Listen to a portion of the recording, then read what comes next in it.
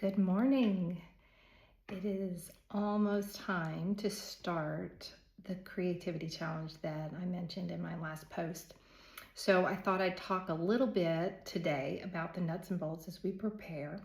As a reminder, if you're just joining us this time, I have proposed because I want to do it and I think it would be more interesting, more fun, more compelling to do it in community. I've proposed that starting on July 20th that we use this book, the Book of Alchemy, as a guide. Well, let me read you the whole title. The Book of Alchemy, a creative practice for an inspired life. And we use this as a guide for 100 days of creative practice. Let me tell you first about the book. As I said, I read the introduction and I thought, oh, I definitely want to do this. And then I thought, you know what, it would be better to do it in community. And so I stopped and didn't read any further.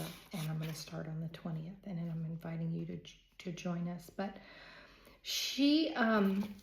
our author, Sulika Jeud, I'm not sure if I'm saying that right. I should probably look it up before I butcher it anymore. Has her own experience, and I won't go into it, of finding that journaling and having a consistent practice was a useful and helpful process for her during a season of recovery from a real difficult time. And then she went back to it during the pandemic. And because it was such a meaningful process for so many people, she called them the isolation journals, and she sent out a weekly email during that time. And then she gathered prompts from writers all over as ways of sort of helping to prime the pump, if you will, for a daily practice of journaling. This is how she describes it. Through these essays and prompts, which were interpreted in so many ways beyond the typical pen and paper diary entry, from daily sonnets to songs and drawings, the alchemical properties of journaling shows how to turn isolation into creative solitude, confinement into connection, and confusion into clarity and calm. This book was born of that project.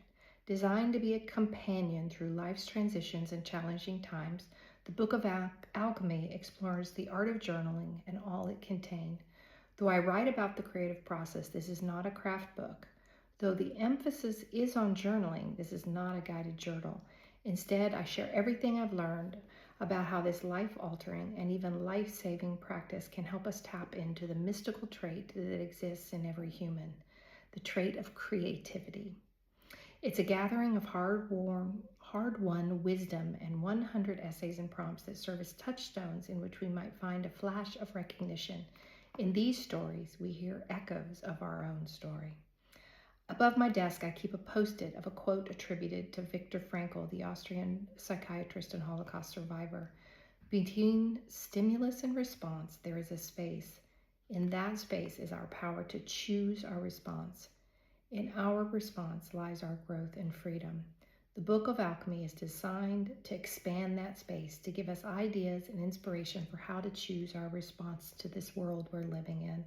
It provides tools to engage with discomfort, to peel back the layers, to uncover your truest, most laid-bare self, and in doing so, to distill kernels of insight, to dream daringly, to learn to hold the brutal and the beautiful facts of life in the same palm. I'm a big believer at this stage of my life that most of our healing comes from a process of being able to hold the both and to be able to understand that the world is simultaneously terrifying and extraordinarily beautiful. I just think that this process for me of writing down my thoughts in a disciplined or intentional, maybe intentional is a better word, has been helpful to me over the years. So I'm excited about this opportunity. Now to the nuts and bolts. First of all, you got to get a good pen if you're going to journal. So figure out what your favorite is. I was going to show you mine, but I don't have one of my favorites right here. Let's see what there's right here. Oh yeah, here we go. What is this called? The Energel Liquid Gel Ink by Penlet. It's one of my favorites. I also like, no, that's the same. Yep, I think that one's my favorite.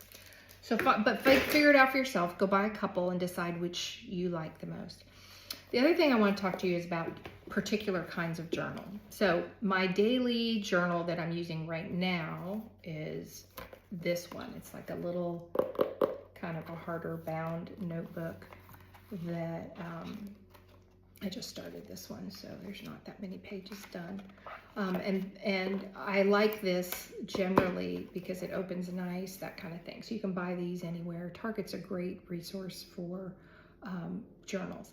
But when I'm doing morning pages or doing I want to write 3 pages every day kind of a practice, I tend to return to a more traditional composition notebook. So what it is more like notebook paper. So it's a little bit bigger. And I find when I'm writing freehand 3 pages every day that those are, so this one's got kind of a harder back to it. This one is one I got at a Target or something. But again, the point is, and you can also just get plain old composition notebook. Especially, I have one of my friends who says she's going to burn hers. She doesn't want anybody to ever see it again. She doesn't feel the need to look back at it. So get the cheap one, you know. But again, the composition style is, I think, a good size for that. So it just depends. If you are a little intimidated by the idea of 3 pages, then get you a little one, and you'll be surprised how quickly you'll fill that up. But if you want more notebook size, these are a great resource. So get you a good pen, get you a notebook, get you the book if you're going to read along with us.